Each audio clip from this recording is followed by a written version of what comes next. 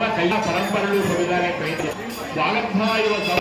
వాగర్భ ప్రతిపత్తయి జగత పితరౌ వంటి పార్వతీ పరమేశ్వరమని లోకములకంతటికీ మాతాపితరులు పార్వతీ పరమేశ్వరులు. వారికి చక్కగా మనం కళ్యాణ సమయంలో హృదయపూర్వకంగా రోజు మనం చదువుతున్నటువంటి లింగాసకం స్వామి వారికి అభిషేకం చేస్తున్నట్టు. అందుకని నమస్తే అస్తు భగవతేశ్వరాయ మహాదేవాయ ప్రియంబకాయ త్రిపురాంతకాయ త్రికాగ్రధారాయ కాలాగ్రరుద్రాయ నీలకంఠాయ మృత్యుంజయాయ సర్వేశ్వరాయ సదాశివాయ శ్రీమన్ మహాదేవాయ నమః. అందరూ గట్టిగా ముక్తగంటంతో దేవాలయం ప్రాంగణంలో ఉన్న వారందరూ కూడా కళ్యాణాన్ని చూడడానికి వెళ్ళి అందరూ గట్టిగా స్వామిని స్మరించుకొని ఆ దివ్యాష్టకాన్ని చదువుకొని కార్యక్రమం ప్రారంభిస్తాం. నమ పార్వతీపతయే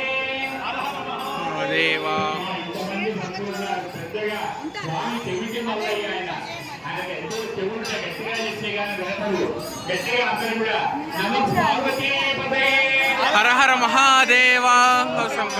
ఎక్కడ భగవంతుడి యొక్క స్మరణ జరుగుతుందో అక్కడ ఉంటారు, కళ్యాణమూర్తిగా వస్తారు. మరొక్కసారి నమ పార్వతీపతయే హర హర మహాదేవ జై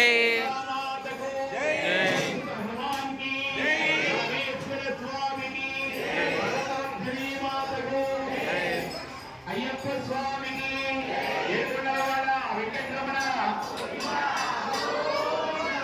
స్వామి కళ్యాణానికి సిద్ధమవుతున్నారు.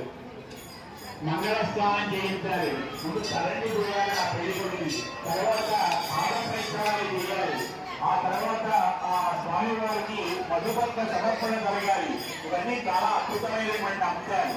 ఒకసారి ముందుగా స్వామికి అభ్యంగా స్నానం చేసినట్టుగా మనం అభిషేకం చేసి కళ్యాణంలో పాల్గొందాం. నిర్మల భాషిత శోభితలింగం జన్మజలింగం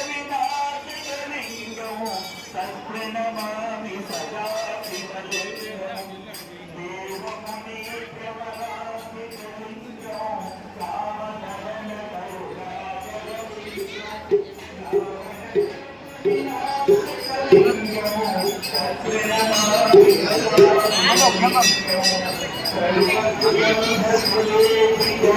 కరుణాలింగం